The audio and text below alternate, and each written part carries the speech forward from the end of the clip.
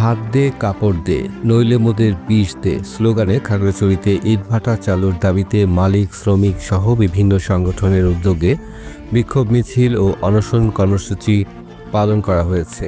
এই কর্মসূচির অংশ হিসেবে রবিবার সকাল 11টায় খাগড়াছড়ি পৌরসভা সংলগ্ন ঈদগাহ মাঠ থেকে একটি বিক্ষোভ মিছিল বের করা হয়। মিছিলটি শাপলা চত্বর ঘুরে শহরের প্রধান প্রধান সড়ক প্রদক্ষিণ করে জেলা প্রশাসকের কার্যালয়ের সামনে ইটভাটা চালুর দাবিতে হাজার হাজার শ্রমিক বিক্ষোভ করে। পরে তারা অনশন কর্মসূচিতে অংশগ্রহণ করে। এই সময় প্রায় 2 ঘণ্টা ব্যাপী খাগড়াছড়ি দীঘিনালা আঞ্চলিক মহাসড়ক অবরোধ করে রাখে আন্দোলনকারীরা। আমরা অনেক লোকজন বেকার, খাগড়াছড়ি ইট চালু না হওয়াতে আমরা অনেক গরিব বাইরেরা আছি, কাম কাজ করতে পারি না, কামে কাজে যাইতে পারি না। আমার মেয়ে 3জন লেখাপড়া করে এখন স্কুলে ভর্তি করতে পারি না, কাম বাম পাই না। কিস্তি আছে 3 লাখ, এখন কিস্তি চালাইতে পারি না, কাম পাই না। বার খাই না, এখন বাড়িতে চাল নাই, বার খাইতে পারি না, টাকা নাই, পয়সা নাই, কাম করতে পারি না। আমাদের খাগড়াছড়ি ইটভাটা বন্ধ হওয়ার কারণে আমরা না খেয়ে রয়েছি। আমাদের ইটভাটা খুলে দেওয়া হোক। হ্যাঁ, আমরা অনেক কষ্টে আছি, আমাদের কর্মসংস্থা খুলে দেওয়া হোক। আজকে আমাদের এই প্রোগ্রাম হলো আমাদের খাগড়াছড়ি জেলা সকাল ইটভাটাগুলি বন্ধ অসাধ্যরিক কাবেজ।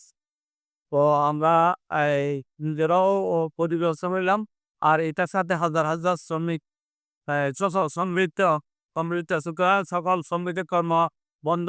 সুতরাং সবাই অনটনে ভুগতেছে। এই জন্য সবাই বিক্ষুব্ধ হইয়া আজকে ডিজি মহোদয়ের অফিসের সামনে আছি, আমরা উপস্থিত শুনছি এবং আমাদের প্রোগ্রাম ছিল অনশন।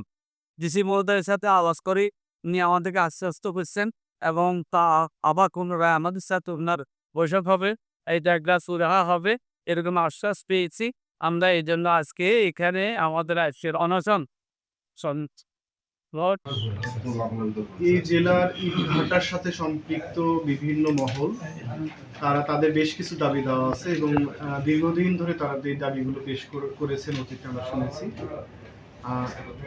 এখন আজকেই প্রথম ওনারা আমাদের কাছে আসলেন স্মারকলিপি নিয়ে, স্মারকলিপি প্রদান করেছেন। আমরা দেখে আইনগত বিধিগত বিষয়গুলো দেখে আমরা ব্যবস্থা নেব এবং সরকারকে আমি জানাবো এই বিষয়ে।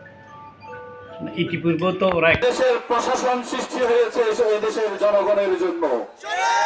প্রশাসনের যে আইন এই কর্মসূচিতে খাগড়াছড়ি ব্রিকফিল্ড মালিক সমিতি সভাপতি হাফেজ আহমেদ ভূঁইয়া, সাধারণ সম্পাদক মোহাম্মদ হারুনুর রশিদ, সদস্য সমর বিকাশ চাকমা, ঠিকাদার কল্যাণ সমিতির মাহবুব আলম সবুজ, ট্রাক্টর মালিক সমিতির সভাপতি মোহাম্মদ ইব্রাহিম সহ বিভিন্ন শ্রমিক সংগঠনের নেতাকর্মীরা অংশগ্রহণ করেন। পরে জেলা প্রশাসক মোহাম্মদ আনোয়ার সাদাত আইনগত বিষয়গুলো দেখে সরকারিভাবে অনুমোদনের জন্য সরকারের উচ্চ মহলকে জানাবেন, এই আশ্বাসের ভিত্তিতে অনশন ভাঙেন অনশনকারীরা। মাসুদুল হক, কালচক্র 24।